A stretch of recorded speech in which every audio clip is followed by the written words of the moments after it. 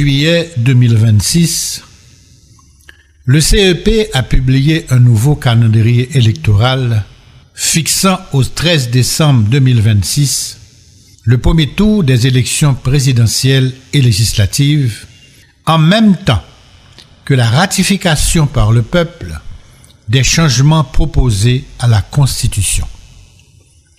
Pourtant, un calendrier précédent avait déjà fixé le premier tour des élections au 30 août 2026, échéance qui n'a pas pu être respectée.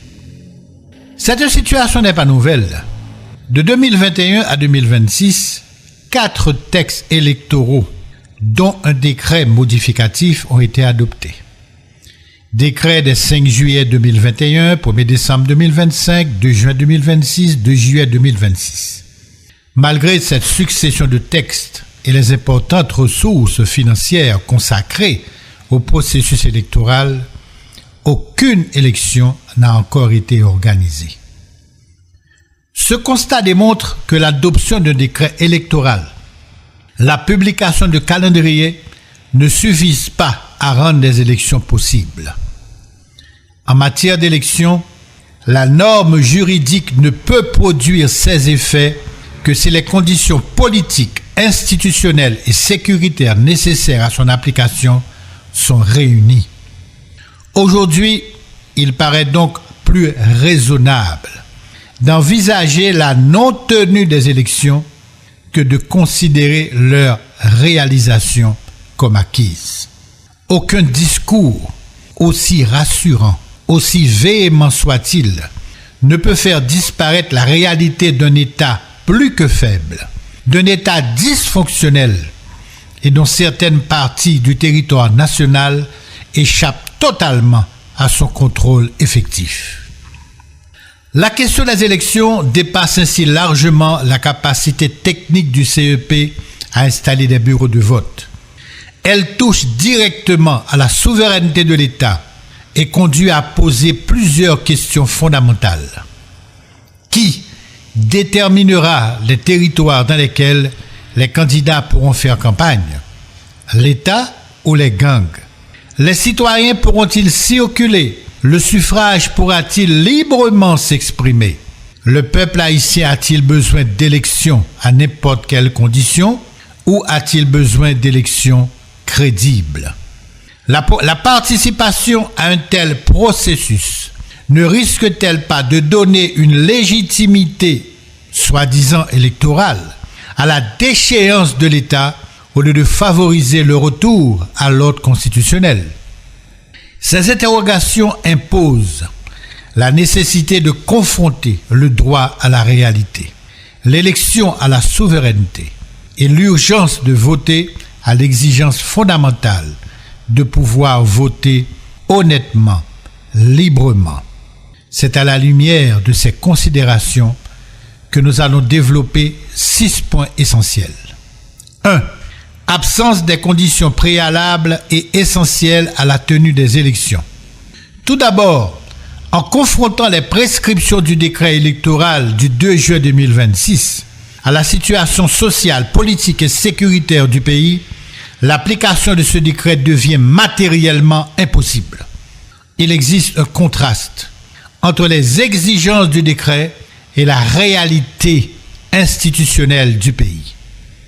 En effet, le décret suppose un contrôle du territoire par l'État qui n'existe pas actuellement partout. L'article 5 confie au CEP l'organisation et le contrôle des opérations électorales sur tout le territoire de la République. Le décret prévoit ensuite des beds, des becs, des centres d'inscription, des centres de vote, des bureaux de vote, des agents électoraux. Or, cette architecture repose implicitement sur une condition. L'État et le CEP doivent pouvoir accéder physiquement, en toute sécurité, au territoire concerné et y exercer leur autorité. Cette condition n'est pas réunie actuellement sur tout le territoire. Cela pose immédiatement plusieurs questions pratiques. Comment installer un centre de vote dans une zone contrôlée ou disputée par un groupe armé? Comment y envoyer des bulletins, des urnes, des tablettes, des agents, des observateurs? Comment assurer leur retour après le scrutin? Comment garantir que les électeurs puissent s'y rendre sans intimidation? 2.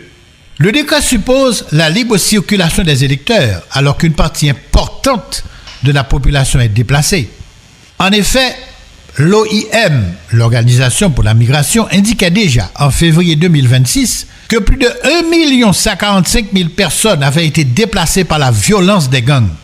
La Banque mondiale rapportait encore 1,4 million personnes déplacées en mars 2026. Cependant, le registre électoral repose sur le domicile, l'affectation de l'électeur à un centre d'inscription et de vote. Les articles 57 à 71 organisent précisément le registre. À présent, le registre doit être mis à jour pour que les listes soient prêtes avant le scrutin. Or, le CEP a prévu les inscriptions des électeurs du 20 juillet au 13 octobre, soit pendant 86 jours. En revanche, tous les centres d'inscription et de vote dans le département de l'Ouest n'avaient pas encore été installés. Tous les électeurs ne sont pas encore inscrits. La liste électorale définitive n'est pas encore établie.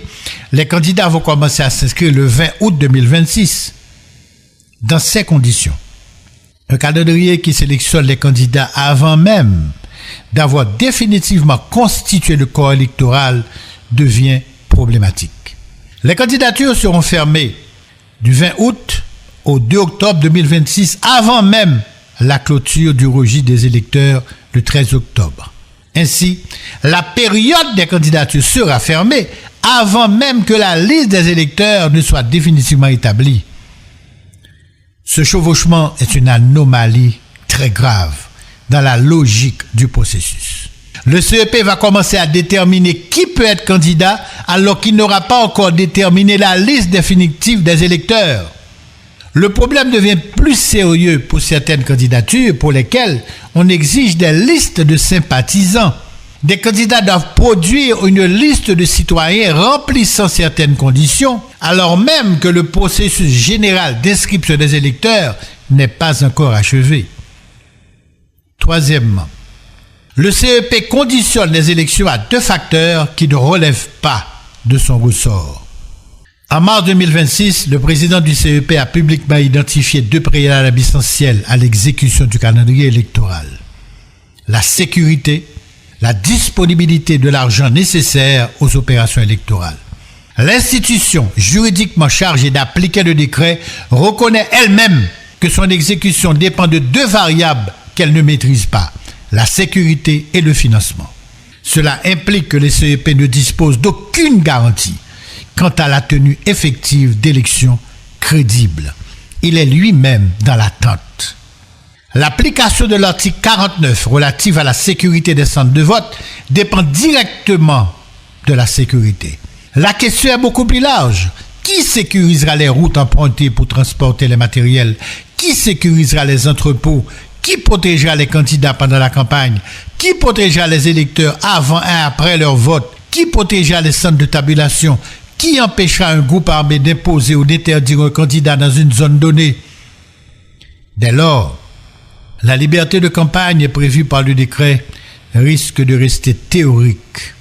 Une élection libre exige non seulement l'ouverture des bureaux de vote, mais aussi par tous les candidats la possibilité pour eux de faire campagne dans des conditions acceptables.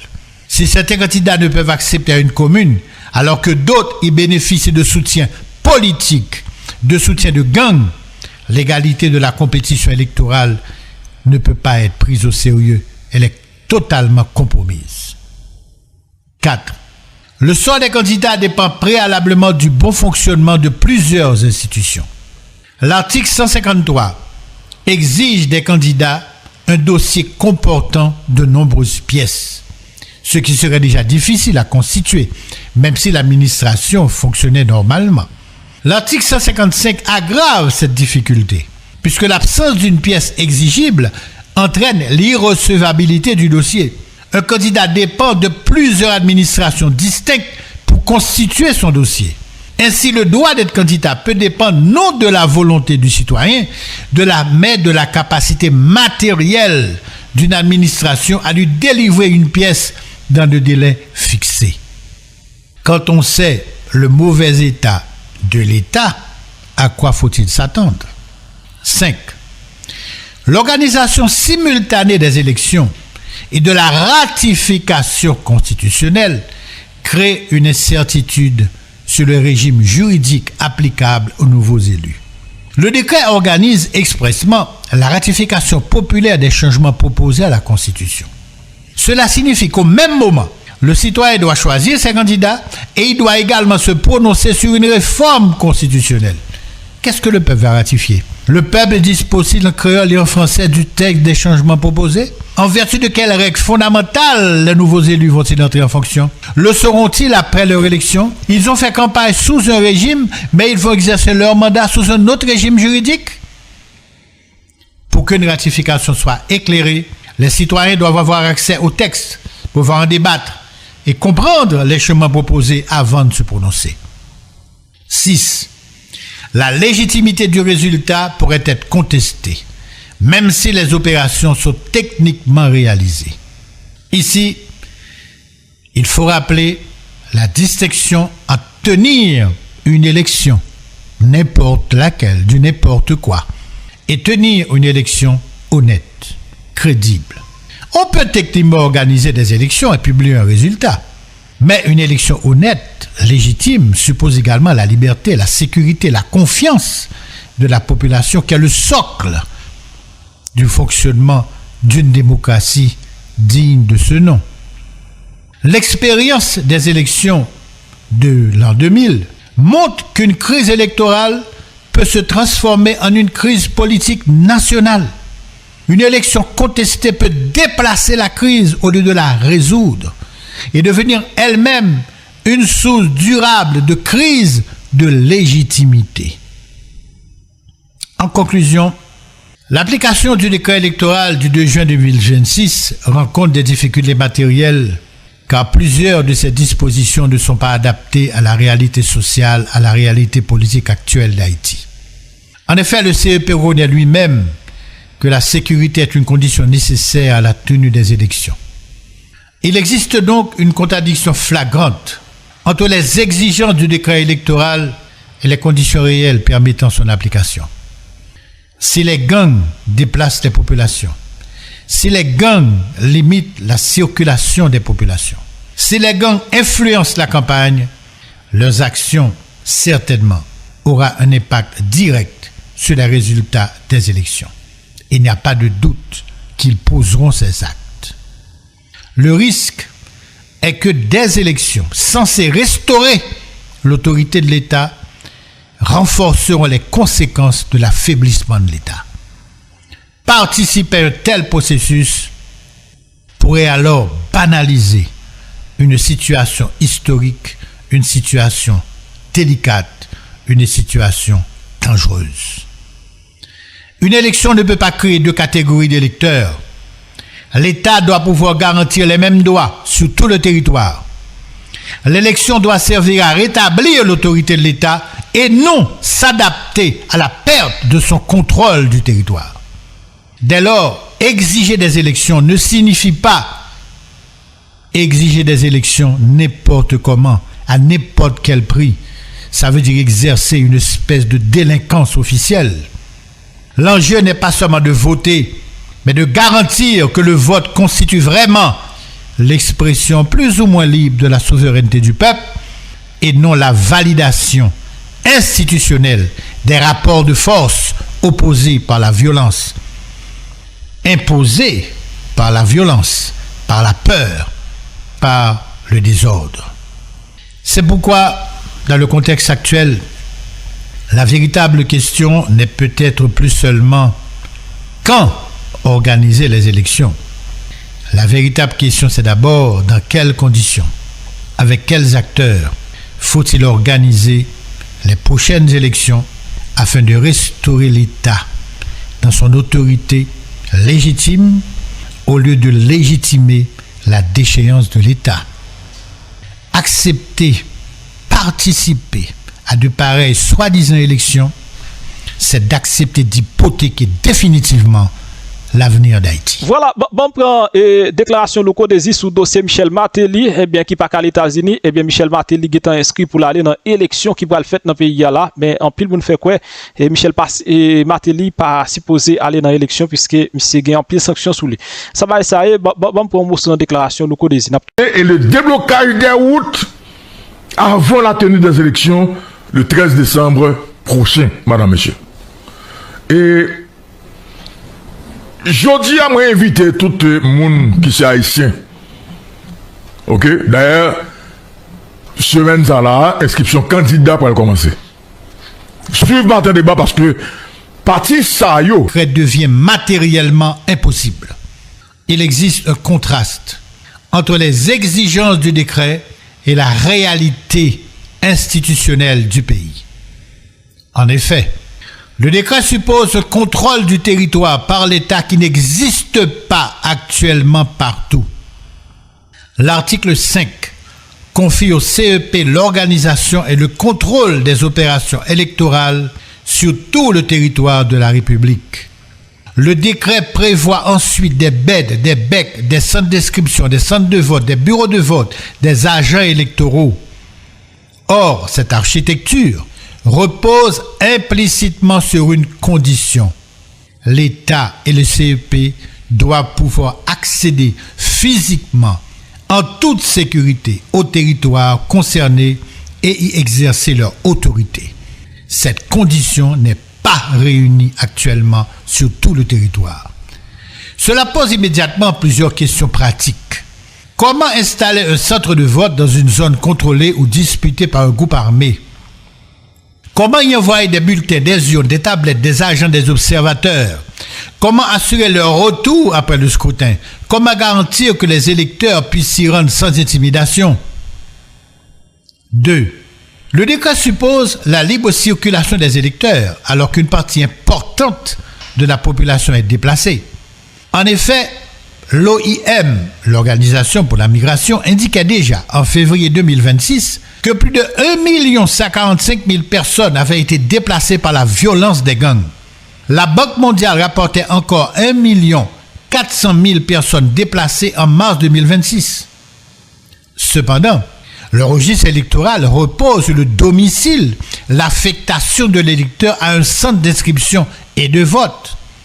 Les articles 57 à 71 organisent précisément le registre. À présent, le registre doit être mis à jour pour que les listes soient prêtes avant le scrutin. Or, le CEP a prévu les inscriptions des électeurs du 20 juillet au 13 octobre, soit pendant 86 jours. En revanche, tous les centres d'inscription et de vote dans le département de l'Ouest n'avaient pas encore été installés. Tous les électeurs ne sont pas encore inscrits. La liste électorale définitive n'est pas encore établie. Les candidats vont commencer à s'inscrire le 20 août 2026. Dans ces conditions, un calendrier qui sélectionne les candidats avant même d'avoir définitivement constitué le corps électoral devient problématique. Les candidatures seront fermées du 20 août au 2 octobre 2026 avant même la clôture du registre des électeurs le 13 octobre. Ainsi, la période des candidatures sera fermée avant même que la liste des électeurs ne soit définitivement établie. Ce chevauchement est une anomalie très grave dans la logique du processus. Le CEP va commencer à déterminer qui peut être candidat alors qu'il n'aura pas encore déterminé la liste définitive des électeurs. Le problème devient plus sérieux pour certaines candidatures pour lesquelles on exige des listes de sympathisants. Des candidats doivent produire une liste de citoyens remplissant certaines conditions, alors même que le processus général d'inscription des électeurs n'est pas encore achevé.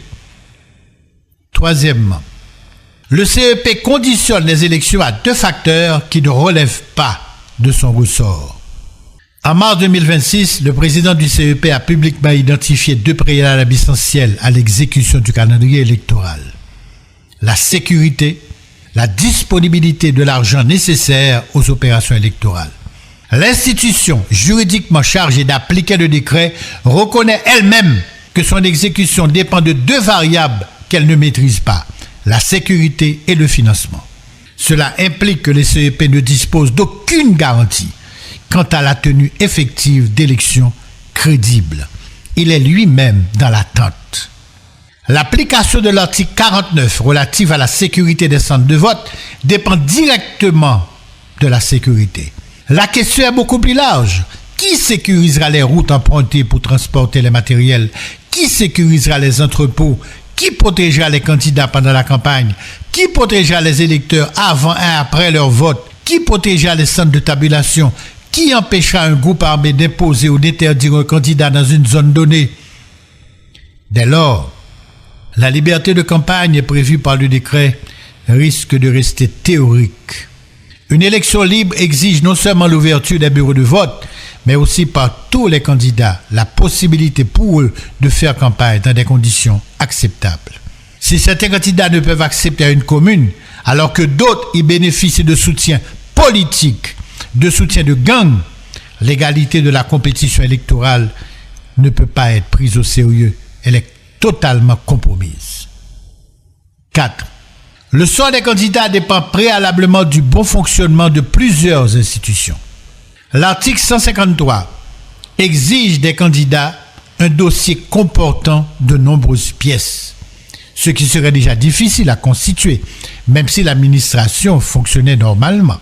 L'article 155 aggrave cette difficulté, puisque l'absence d'une pièce exigible entraîne l'irrecevabilité du dossier. Un candidat dépend de plusieurs administrations distinctes pour constituer son dossier. Ainsi, le droit d'être candidat peut dépendre non de la volonté du citoyen, mais de la capacité matérielle d'une administration à lui délivrer une pièce dans le délai fixé. Quand on sait le mauvais état de l'État, à quoi faut-il s'attendre? 5.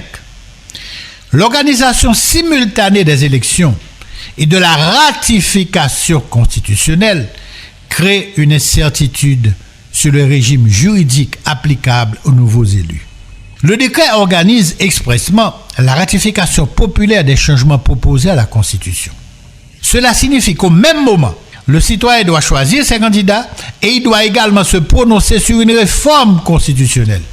Qu'est-ce que le peuple va ratifier? Le peuple dispose-t-il en créole et en français du texte des changements proposés? En vertu de quelles règles fondamentales les nouveaux élus vont-ils entrer en fonction? Le seront-ils après leur élection? Ils ont fait campagne sous un régime, mais ils vont exercer leur mandat sous un autre régime juridique?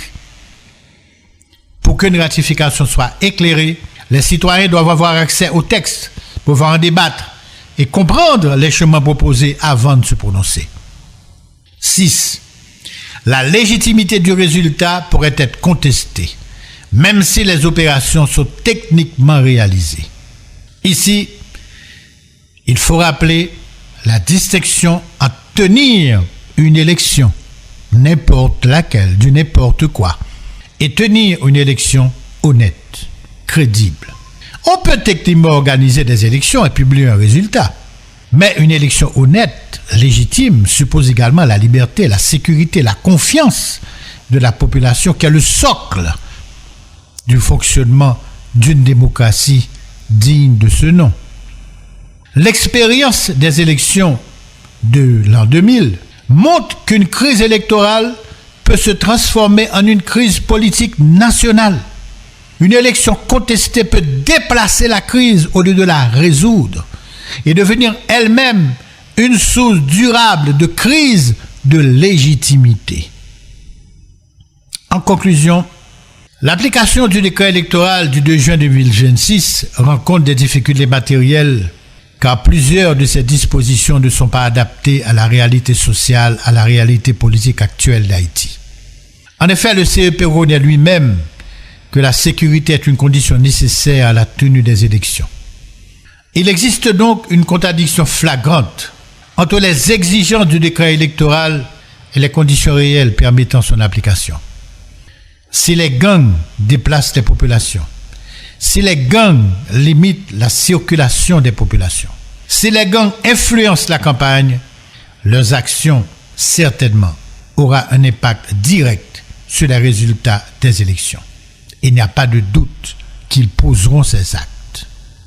Le risque est que des élections censées restaurer l'autorité de l'État renforceront les conséquences de l'affaiblissement de l'État.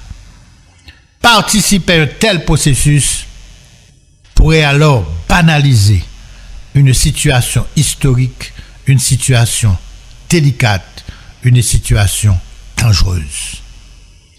Une élection ne peut pas créer deux catégories d'électeurs. L'État doit pouvoir garantir les mêmes droits sur tout le territoire. L'élection doit servir à rétablir l'autorité de l'État et non s'adapter à la perte de son contrôle du territoire. Dès lors, exiger des élections ne signifie pas exiger des élections n'importe comment, à n'importe quel prix. Ça veut dire exercer une espèce de délinquance officielle. L'enjeu n'est pas seulement de voter, mais de garantir que le vote constitue vraiment l'expression